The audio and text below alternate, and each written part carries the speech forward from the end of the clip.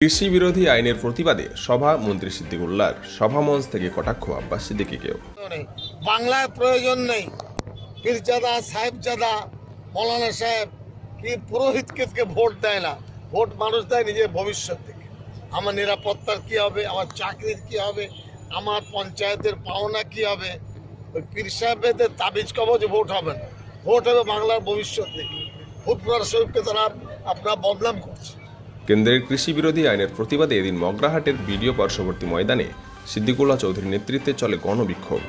এদিনের সভা থেকে একদিকে যেমন কেন্দ্রে জনস্বার্থ বিরোধী কৃষি বিলের বিরোধিতা করা হয়, ঠিক তেমনই কটাক্ষ করা হয় পীরজাদা আব্বাস সিদ্দিকীকে। এদিনের সভা থেকে সিদ্দিকুল্লাহ চৌধুরী জানান, কেন্দ্রীয় সরকার এই দেশটাকে বিক্রি করে দেবে। এই সরকার কৃষকের পেটে ছুরি মেরেছে, তারা খেটে খাওয়া মেহনতি মানুষের খাবার কেড়ে নিচ্ছে। পাশাপাশি তিনি এও জানান, ভোটের আগে সংখ্যালঘু ভোটকে কাটানোর জন্য আব্বাস সিদ্দিকী বিজেপির থেকে টাকা খেয়ে রাজনৈতিক প্রচারে নেমেছে, কিন্তু তাতে কোনো লাভ হবে না। বাংলার মানুষ সঠিক জায়গায় ভোট দেবে। এদিনের সভায় প্রায় কয়েক হাজার লোকের বেশি সমর্থক কেন্দ্রের জনস্বার্থ বিরোধী আইনের বিরুদ্ধে বিক্ষোভ দেখাতে থাকে এবং এদিনের সভা থেকে জানানো হয় আগামী দিনে এই বিক্ষোভ চলতে থাকবে তাদের। ডায়মন্ড হারবার থেকে সারেক হাবিব লস্করের রিপোর্ট, এনবিটিভি। অন্যায়ের প্রতিবাদ করো, এটা সব থেকে বড় জিহাদ। আমরা সেই জিহাদের ডাক দিয়েছি। এতে সওয়াব পাওয়া যাবে না, লাখো নয়, কোটি নয়, আরব আরব সওয়াব পাওয়া যাবে ইনশাআল্লাহ। দেশের মানুষ ভিখারি হয়ে যাবে। আজকে সর্দারজি বন্ধুদের মধ্যে মনপ্রীত এসছেন, রাজেন্দ্র এসছেন, শরণ সিং এসেছেন, আমরা তাদের সাধুবাদ জানাচ্ছি। অধ্যাপক কুমারেশ চক্রবর্তী, এরা ভাড়াটে বক্তা নন, বহু বই লিখেছেন ভারতের সংবিধানের উপরে। স্বামী পরমানন্দ মহারাজ, বাংলার সব থেকে প্রসিদ্ধ মন্দির শিক্ষা প্রতিষ্ঠান রামকৃষ্ণ মিশন, নরেন্দ্র মোদী নরেন্দ্রপুর, আর বেলুর মঠ হলো সারা ভারতের হেডকোয়ার্টার। সেখান থেকে এসেছেন আওয়াজ দিতে। কলকাতা হাইকোর্টের বার কাউন্সিলের সদস্য আমাদের কাছে এসেছেন প্রসূন দত্ত। এটাই তো জমিয়তের কাজ। হাজার বিঘি সম্পত্তির উপরে একটা করে ফোড়ে দালাল থাকবে। আপনার সম্পত্তির আলু 10 টাকায় উৎপাদন করলেন, ওদের ঘরে গিয়ে আপনাকে 100 টাকায় কিনে খেতে হবে। আপনার প্রত্যেকেই চায় মেহনত করে কিছু করে যায় যাতে ছেলে মেয়েরা খেতে পাবে। সবাই, রিক্সাওয়ালা বলুন, ভ্যানওয়ালা বলুন, চাকরিওয়ালা বলুন, সোনা দানা রাখলে চুরি হয়ে যাবে, আর জমি থাকলে চুরি করতে পারবেন। কি করতে যায়, মানে কি চলছে?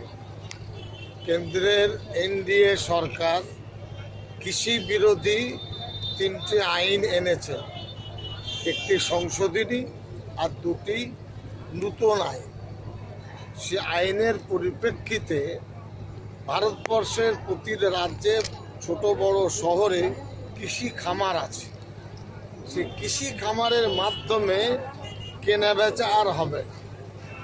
কেন্দ্রে যে আইনটা তৈরি করেছে তাতে তারা বাধ্য করবে, সেটা হলো যে উৎপাদন কৃষিরা করবে কিন্তু মজুদ রাখতে পারবে না, মূল্য নির্ধারণ করতে পারবে না, এবং পুরো ব্যাপারটা ভারতবর্ষের বিশিষ্ট পুঁজিপতিদের হাতে চলে যাবে।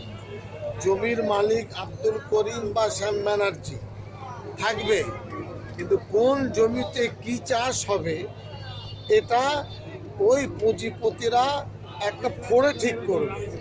একটা গ্রামে একজন ফোড়ে, তার আন্ডারে হয়তো 100 বিঘে কি 500 বিঘে সম্পত্তি থাকবে। সে যেমন চাষ করতে বলবে তেমনি চাষ হবে। উৎপাদিত ফসল চলে যাবে মজুতদারদের ঘরে। এটা হলো একটা মহা বিপদ। দ্বিতীয় বিপদ হলো এই সম্পত্তির বিনিময়ে এরা ব্যাংকের লোন নেবে। সেই লোন পরিশোধ না হলে নিচুতলার কর্মী আছেন যারা জমির মালিক, তাদের জমিটা বিক্রি হয়ে যায়। 3 নম্বর হলো যে কৃষির আপনার ফসলের মূল্য আকাশ ছোঁয়া। আলু উৎপাদিত হতে 10 টাকা লাগে, হয়তো 50 মণ আলু উৎপাদন করেছেন, খাবার জন্য 10 কেজি রাখবে, টোটাল আলু নিয়ে চলে যাবে। ওই কৃষককেই 100 টাকা মূল্যের আলু কিনতে হবে। আন্দোলন কিভাবে এগোচ্ছেন? আন্দোলন তো নিজে গাজীপুর বর্ডারে গিয়েছিলাম, পরমানন্দ মহারাজ ও বসুন দত্ত আইনজীবী ছিলেন, আমরা সমর্থন জানিয়েছি। আমাদের রাজ্যে মুর্শিদাবাদ বহরমপুরে করেছি, বর্ধমান টাউনে হয়েছে, কলসিতে রাস্তা অবরোধ করেছি, একইভাবে আপনার সুজাপুরে হয়েছে, সিউড়ি টাউনে হয়েছে। এই আন্দোলন চলবে। সামনে যেহেতু ইলেকশন চলে আসছে, তাহলে আরো হয়তো আন্দোলনের ঘোষণা আমরা করতে পারব। এই আন্দোলন দিয়ে কি সমস্যা সমাধান হবে বলে এইভাবেই হবে। জনমতের বিগত দিনে আপনারা কি ভূমিকা নেবেন? সবাই একসাথে ভূমিকা পালন করব। আমি তো দিল্লি গেছি, তো দেখা যাচ্ছে খাবার রান্না হচ্ছে, আর কয়েকটা ট্রাক খাবার সেখানে দাঁড়িয়ে আছে, মানে খাবার শুকনো রসদ। ওরা বলছে 1 বছর 2 বছর আন্দোলন চালাবো। আন্দোলন হলো গণতান্ত্রিক প্রক্রিয়া। সুপ্রিম কোর্ট কেন নিষেধ করে না? সুপ্রিম কোর্ট বলছে আন্দোলন করতে দিতে হবে, সেখানে কাঁটা বিছিয়ে দিচ্ছে। চাষেরা সেখানে মাটি ফেলে ফুল গাছ লাগাচ্ছে, বলছে চাষ কর, হঠাৎ না হিম্মত থাকে। এ তো একেবারে হিটলারকে ছাড়িয়ে যাবে, এত বড় অত্যাচারী শাসক দিল্লিতে আছে। এবং 90 কোটি 95 কোটি মানুষ কৃষির সাথে ডাইরেক্ট ইনডাইরেক্ট যুক্ত। 130 কোটির মধ্যে প্রায় 65-67% মানুষ ডাইরেক্ট ইনভলভ। ঘটকপুকুরের বৈদ্য অটোমোবাইলে আসুন আর নিয়ে যান আপনার পছন্দের গাড়ি। এখানে বিভিন্ন কোম্পানির 3 চাকা, 4 চাকা ও 6 চাকার গাড়ি নগদ ও সহজ কিস্তিতে পাওয়া যায়। আমাদের ঠিকানা ঘটকপুকুর নলমুড়ির মধ্যস্থল, বাসন্তী হাইওয়ে রোড। বিস্তারিত জানতে ফোন করুন 9153911795 অথবা 9836491180।